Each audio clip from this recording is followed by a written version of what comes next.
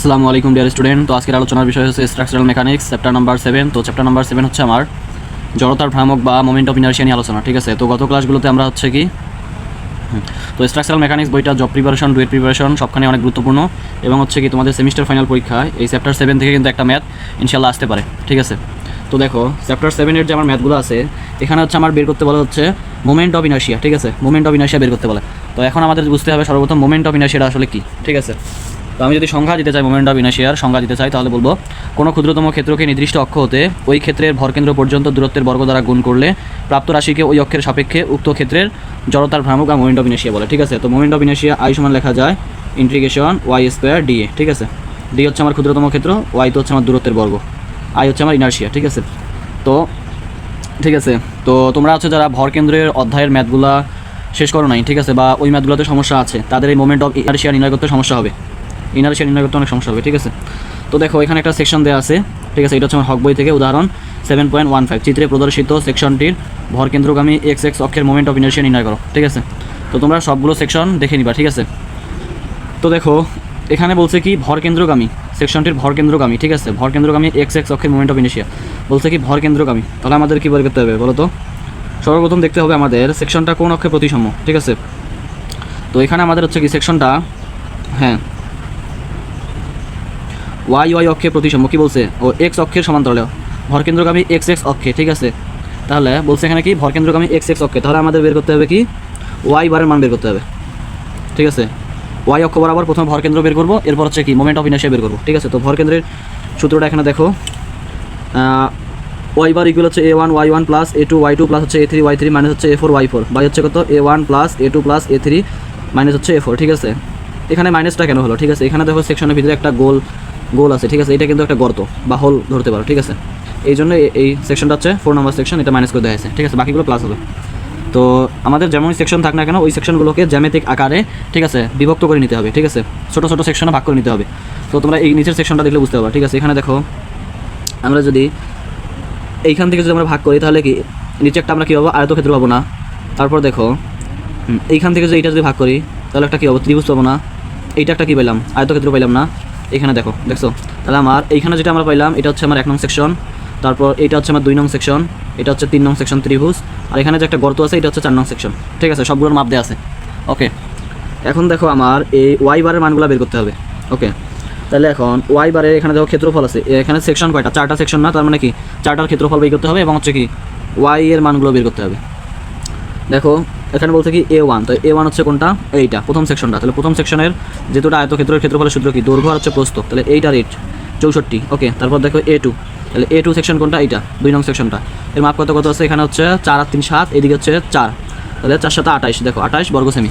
ঠিক আছে, এরপর হচ্ছে আমার সেকশন 3, তো সেকশন 3টা ত্রিভুজ। ঠিক আছে, তো আমরা হচ্ছে কি জানি? তো ত্রিভুজের ক্ষেত্রফলের সূত্র কি? হাফ ইন্টু ভূমি ইন্টু উচ্চতা। ঠিক আছে, হাফ ইন্টু ভূমি ইন্টু উচ্চতা। তো দেখো আমার এইখান থেকে যদি এইটা যদি আমার 8 সেমি হয় তাহলে এইখান থেকে এইটাকে অর্ধেক না, তাহলে ভূমিটা হচ্ছে কত? 4 সেমি। ওকে, তাহলে হাফ ইন্টু 4 ইন্টু উচ্চতা এখানে কত আছে? দেখো এইখান থেকে এখানে উচ্চতা 4 সেমি, তাহলে এখান থেকে এখানে উচ্চতা 4 সেমি। ঠিক আছে, তাহলে কত আসে ক্যালকুলেশন করলে? 8 সেমি। তাহলে A4টা হচ্ছে কি? A4টা একটা বৃত্ত না, তো বৃত্তের হচ্ছে কি ক্ষেত্রফলের সূত্র কি? π/4 d স্কোয়ার। ঠিক আছে, ডি এর মান আমার কত? ডি এর মান আমার হচ্ছে, হ্যাঁ ডি এর মান দেওয়া নাই। হ্যাঁ দেখো এই ডি এর মান কিন্তু দেওয়া আছে। দেখো তাহলে এইখান থেকে এইখান থেকে এতটুকু পর্যন্ত কিন্তু আমার হচ্ছে কি এটার ব্যাসটা। ঠিক আছে, ডি এর মান আমার দেওয়া আছে 3, তাহলে ক্যালকুলেশন করলে কত আসে? 7.07 বর্গ সেমি। ঠিক আছে, এবার হচ্ছে আমার Y1 Y2 Y3 এবং Y4গুলো বের করে নিব। ওকে, তো ওয়াই এর মানগুলো আমরা কেমনে বের করবো? দেখো আমরা যখন ওয়াই এর মান বের করবো তখন হচ্ছে দেখো এটা হচ্ছে আমার ওয়াই অক্ষ, এটা হচ্ছে আমার এক্স অক্ষ। ওয়াই এর মানগুলো যখন বের করবো তখন নিচ থেকে হিসাবগুলো যাবে, এই নিচ থেকে হিসাবগুলো উপরের দিকে উঠবে। দেখো Y1, তো Y1 যখন কাজ করবো Y1 আমার কোনটা? এই সেকশনটা না, প্রথম সেকশনটা না। তো প্রথম সেকশনের আমরা যে ভারকেন্দ্র বের করতে চাই তাহলে দেখো এইটার 2 ভাগ করলে এই সেকশনে আমরা ভারকেন্দ্র পাবো। ওকে, তাহলে এইটার 2 ভাগ করলে কত হয়? 4 সেমি। ঠিক আছে, তাহলে Y2 বলছে কি Y2, তাহলে দেখো নিচ থেকে উপরের দিকে উঠবে। এখান থেকে আমরা এতটুকু কত আছে? 8, এটা পুরোটাই নিব। ওকে, 8 পুরোটাই নিব। এখন আবার এই সেকশনের আমরা অর্ধেক নিলে এই সেকশন হচ্ছে ভারকেন্দ্র পাবো। এখান থেকে কত? 3 হচ্ছে 7, 7-এর অর্ধেক হচ্ছে কত? 3.5, এখানে হচ্ছে 8, তাহলে কত হয়? 11.5 সেমি। ওকে, এবার হচ্ছে আমার Y3, Y3 হচ্ছে আমার ত্রিভুজ সেকশন। তো ত্রিভুজ সেকশন আমরা কেমনে করবো? বলছে কি ওয়াই এর মানগুলো হচ্ছে আমার নিচ থেকে হিসাব হবে। তাহলে দেখো এইখান থেকে এই পর্যন্ত আমার মান কত আছে? 8 না, তাহলে 8 প্লাস 8 প্লাস, এখন যে আমি ত্রিভুজের ভারকেন্দ্র বের করতে চাই তার সূত্র কি? তার সূত্র হচ্ছে 1/3 ইন্টু বি। তাহলে বি এর মান এখানে কত? তাহলে এই পুরোটা যদি 4 হয় তাহলে এখান থেকে এই পর্যন্ত কত? 4 না? তাহলে বি এর মানটা হচ্ছে এখানে 4। ওকে, তাহলে দেখো 8 প্লাস 1/3 ইন্টু বি, ঠিক আছে 9.33। এবার হচ্ছে আমার y4 কোন সেকশন? y4 হচ্ছে আমার বৃত্তটা, ঠিক আছে। তো দেখো এইটা আমি কেমনে বের করবো? তাহলে দেখো আমি বলছি কি y এর মানগুলো আমার নিচ থেকে উপরের দিকে হিসাব হবে, ঠিক আছে। তাহলে আমার দেখো এই পুরোটা যদি আমার 8 হয়, আমি এখন কি এই বৃত্তের মিডলটা বের করবো, বৃত্তের মিডল থেকে এই পর্যন্ত দূরত্ব বের করবো। ওকে, পুরোটা যদি আমার 8 হয় তাহলে এর নিচ থেকে এইটা কত? এখান থেকে এইটা যদি 3 হয় তাহলে এখান থেকে এইটা কত? 5 না? তাহলে 5 প্লাস, দেখো 5 প্লাস, তাহলে এই বৃত্তটা হচ্ছে আমার 3, ঠিক আছে। তাহলে 3 এর অর্ধেক কত? 1.5, ঠিক আছে 1.5, তাহলে কত হয়? 6.5, এই 6.5 সেমি, ঠিক আছে। এখন হচ্ছে আমার দেখো, হ্যাঁ এখন ইনার্শিয়া নির্ণয়ের ক্ষেত্রে আমার হচ্ছে কী লাগবে? ওখানে লাগবে B1 B2 B3, ঠিক আছে। আর লাগবে কি D1 D2, আর হচ্ছে ক্যাপিটাল ডি। ওকে, তো B1 এর মান এখানে কোনটা দেখো তো? তাহলে B1 এর মান হচ্ছে আমার, হ্যাঁ বি হচ্ছে আমার কি প্রস্থ হচ্ছে আমার, দেখো প্রস্থ হচ্ছে আমার 8 সেমি, B1 হচ্ছে 8 সেমি প্রথম সেকশন। তাহলে B2 হচ্ছে কত? B2 হচ্ছে আমার দেখো 2 নম্বর সেকশন কোনটা? B2 এর প্রস্থ হচ্ছে দেখো 4 সেমি। B3 এর মান হচ্ছে কত? 4 সেমি। 3 নম্বর সেকশন কোনটা? এটা 3 নম্বর সেকশন। এর হচ্ছে ভূমিটা কত? 4 না? ওকে, তারপর দেখো D1, তো D1 হচ্ছে আমার কোনটা? D হচ্ছে আমার গভীরতা, ঠিক আছে। তাহলে প্রথম সেকশনের গভীরতা কত? 8 সেমি, দেখো 8 সেমি। দ্বিতীয় সেকশনের গভীরতা কত? দ্বিতীয় সেকশন কোনটা? এটা না? 3 হচ্ছে 7 সেন্টিমিটার, ঠিক আছে। ডি এর মান এখানে কোনটা? ক্যাপিটাল ডি কিন্তু আমার হচ্ছে এইটা, ঠিক আছে। এই গোলের ব্যাসটা বোঝাইছে 3।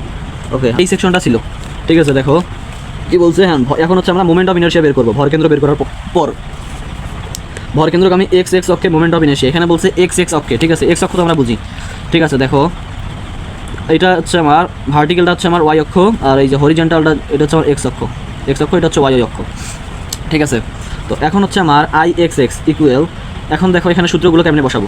আমার হচ্ছে প্রথম সেকশনটা আগে কোনটা? প্রথম সেকশনটাই আয়তটা না, আয়তক্ষেত্রের আমরা হচ্ছে কি সিজি নির্ণয়ের সূত্র কি জানি? হ্যাঁ, B1 D cube, cube by হচ্ছে 12, ঠিক আছে। দেখো তাহলে B1 D1 কিউব বাই হচ্ছে 12, ওকে, প্লাস A1 ইন্টু এইটা হচ্ছে আমার কি এইচ, তাহলে A1 ইন্টু হচ্ছে এইচ। তো এইচের মানটা এখানে কি এইচ স্কোয়ার হবে, এটা A1 ইন্টু এইচ স্কোয়ার, ঠিক আছে। তো A1 ইন্টু এইচ স্কোয়ার এটা কেন অ্যাড হলো? তো আমরা দেখো এটা যদি আমার আয়তক্ষেত্র হয় তাহলে আমরা হচ্ছে জানি এর যদি আমরা মিডিলে এর যে আমরা সিজি বের করতে চাই, মোমেন্ট অফ ইনার্শিয়া যদি বের করতে চাই এক্স অক্ষে, তাহলে দেখো কী লিখবো? BD কিউব, এটা যদি বি হয় এটা যদি ডি হয় তাহলে BD কিউব বাই হচ্ছে 12। আমরা যদি এক্স অক্ষে করতে চাই এই অক্ষ বরাবর, তাহলে আমাদের কী লেখা লিখবে? BD কিউব বাই হচ্ছে 12 ইন্টু হচ্ছে, হ্যাঁ না প্লাস, দেখো প্লাস হচ্ছে কত? A ইন্টু এইচ স্কোয়ার, ঠিক আছে। এটা আমাদের করতে হবে। তাহলে দেখো A ইন্টু এইচের মান হচ্ছে আবার কি লেখা যায়? তাহলে এইচ আবার ইকুয়াল লেখা যায় ওয়াই বার মাইনাস হচ্ছে কত? Y1। ওয়াই বার মান তোমরা পাইছি, ঠিক আছে। আবার দেখো 2 নং সেকশনে দেখো কী করছে, এটা তো শেষ হলো। এবার 2 নং সেকশন কোনটা? আয়তক্ষেত্র, এখানে একটা আয়তক্ষেত্র। আবার দেখো B2 স্কোয়ার বাই হচ্ছে B2 ইন্টু হচ্ছে D2 অল কিউব বাই হচ্ছে 12, ঠিক আছে। প্লাস হচ্ছে A2 ইন্টু হচ্ছে কত? এইচের মান হচ্ছে কত? Y2 minus y bar all cube, ঠিক আছে। এগুলো একই হবে, ঠিক আছে। প্লাস হচ্ছে আবার দেখো 3 নং সেকশন কোনটা? 3 নং সেকশন হচ্ছে ত্রিভুজের ক্ষেত্রে আমরা কি জানি? সিজি নির্ণয়, সিজি নির্ণয় কি BH কিউব, ঠিক আছে। এদিকে যদি আমরা এইচ ধরি, এদিকে নিচে যদি আমরা বি ধরি, ঠিক আছে। তাহলে BH কিউব বাই হচ্ছে 36, ঠিক আছে। প্লাস এই অংশটা দেখো আবার অ্যাড হয়েছে, ঠিক আছে। এক্স অক্ষ বরাবর জন্য এই অংশটা অ্যাড হবে, ঠিক আছে। তাহলে A3 প্লাস হচ্ছে আবার কত? ওয়াই বার মাইনাস হচ্ছে Y3, ঠিক আছে, অল কিউব, ঠিক আছে। ওখান থেকে আমাদের কিন্তু আরেকটা সেকশন আছে, এটা হচ্ছে আমার একটা হচ্ছে কি হোল আছে এখানে।